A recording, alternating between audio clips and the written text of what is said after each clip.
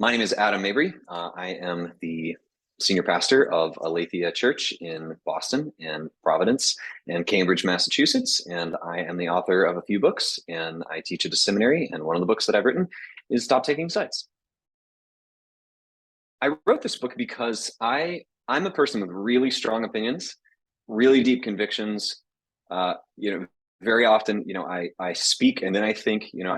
I've spent my life inserting my feet into my mouth, and yet I have been placed by God quite hilariously in the middle of a city where I have to be far more thoughtful about my words, and so therefore I've had to learn what it means to communicate strong truth whilst also doing a better job of listening to people who disagree with me.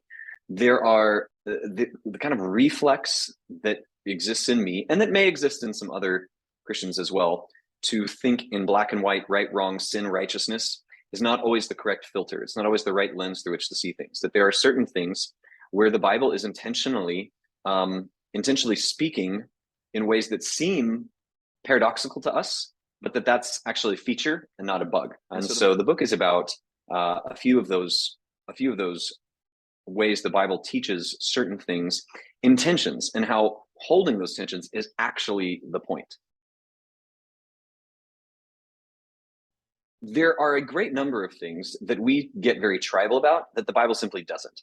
And so my invitation is, where the Bible is very exclusive, let's be very exclusive. But where the Bible is speaking in tensions, we must speak about those things in the way the Bible speaks about them. Otherwise, we fall victim to, I think, what is a more fleshly temptation to just be with people who think and feel like we do. And the problem with that is that when we're around people just like us, we have a very difficult time doing what Jesus asked us to do, namely making disciples of nations, people very different than us, whether the nations be in our backyard, in our own town, or actually across the world. And so the idea is not that we should, have some sort of milquetoast middle way. That's not biblical. Jesus he didn't try to blend, Judaism with Roman paganism. It's not that. Nor is it that we should be sort of like, relativistic. Well, you think that, but I think this, but that's okay.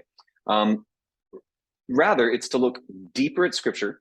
The Bible speaks about like Christian victory over sin in like really blistering tones, also right next to like these deeply moving passages about suffering. How can that be? And so this book is very much like a wrestle with like, how can those things be right there next to one another, rather than to try and like take the Bible verses I like and have them trump the ones that I do not.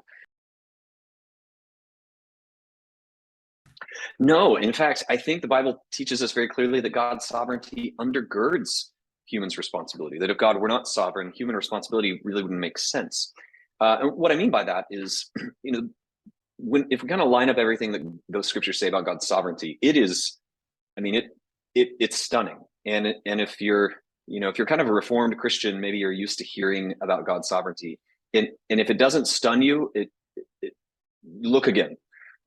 Because the level of God's involvement in his creation is fascinating. I mean, he upholds the universe by the word of his power. Like, not even a hair falls from my head unless, apart from God's will, which in my case, God has thought about many times, the hair parting from my head. But like, that is an intense level of involvement, which if that was all we had, we might be determinists. But the Bible also says, things like, choose this day whom you will serve. As for me and my house, we will serve the Lord. God's in Isaiah, God is saying, look, come, let's reason together. Let's think about this. And so it seems like the scriptures are saying like God's sovereignty, God's rulership of the world is exercised in such a way that he's involved in a deep level, a way that honestly scares us, but in a way that enables and undergirds our responsibility. It doesn't cancel it or make it illusory. If God had wanted to teach us that things were very mechanistic, that's a very simple concept to actually embrace. The Bible could have said that very clearly. Because God isn't unjust, he can't hold us accountable for something that isn't real. So we are in fact very responsible. And it seems to me that the way God is wired and rules creation undergirds that. It can't undermine it.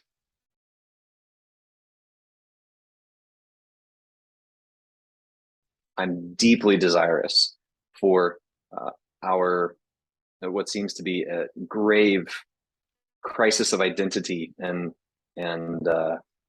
desire for the future, and all of our political infighting to not be solved by a political leader or a new program, but to realize, no, we need to come to Jesus, who's the only one who can bring us together, and who's the only one worth living the future for.